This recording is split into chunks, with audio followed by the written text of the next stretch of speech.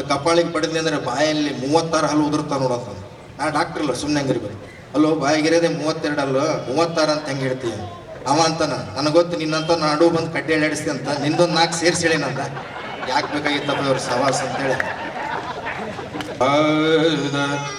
ನೀದಪ್ಪ ನೀದಪ್ಪ ಅಂದ್ಕೊಳ್ಳಿ, ಎದುರುಗಡೆ ಒಬ್ಬ ದಪ್ಪನೂ ಕೂತ್ಬಿಟ್ಟಿರ್ತಾನೆ ಪ್ರೇಕ್ಷಕ. ನೀದಪ್ಪ ದಾಪ ಅಂತ ನಾವು ಹಿಂದೆ ಮುಂದೆ ನೋಡ್ತಾನೆ, ಯಾರು ನೀದಪ್ಪ ಎಲ್ಲಪ್ಪ ಅವ್ರಿಗೆ ಅಂದ ತಕ್ಷಣ, ಯಾಕಪ್ಪ ಇಷ್ಟು ಮಂದಿ ನಡು ನಾವೊಬ್ಬನ ಸಿಕ್ಕಿನಿ ನಿನ್ಗೆ? ನೀದಪ್ಪ ನೀದಾಪ ಎದ್ದ ನಿಂತ್ಬಿಡ್ತಾನೆ. ಏನ್ರಿ ನಾನೊಬ್ಬನ ಸಿಕ್ಕಿನೇನು, ಯಾಕೆ ತಮಾಷೆ ಮಾಡ್ತೀರಿ?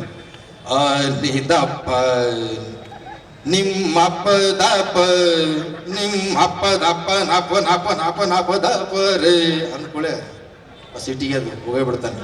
ಅಂದ್ರೆ ಇಂಥ ಕಾರ್ಯಕ್ರಮಗಳಲ್ಲಿ ಕೂಡ ನಾವು ಹಾಸ್ಯನೂ ಅನುಭವಿಸಬಹುದಾಗಿದೆ. ಟಿಕಿಟತ ಗದಗಿನ ತಿಕಿಟ ಪುಕಟತ ಅಂತ. ಗದಗಿನ ತಿಕಿಟ ಪುಕಟತ, ಗದಗಿನ ತಿಕಿಟ ಪುಕಟ ಕೊಡಕ ನನ್ನ ತಲೆ ಕೆಟ್ಟತ, ಗದಗಿನ ತಿಕಿಟ ಪುಕಟ ನನ್ನ ತಲೆ ಕೆಟ್ಟತ ತಾ ರೊಕ್ಕತ ಅಂತ. ಗಪ್ಪಾನಿನ್ ಆರಾಮ ಎಲ್ಲೂರು ಗಪ್ಪಾನಿನ್ ತಾಳಾಮ ಎಲ್ಲೂರು ಗಪ್ಪಾನಿನ್ ಆರಾಮ ಸೌದಾ.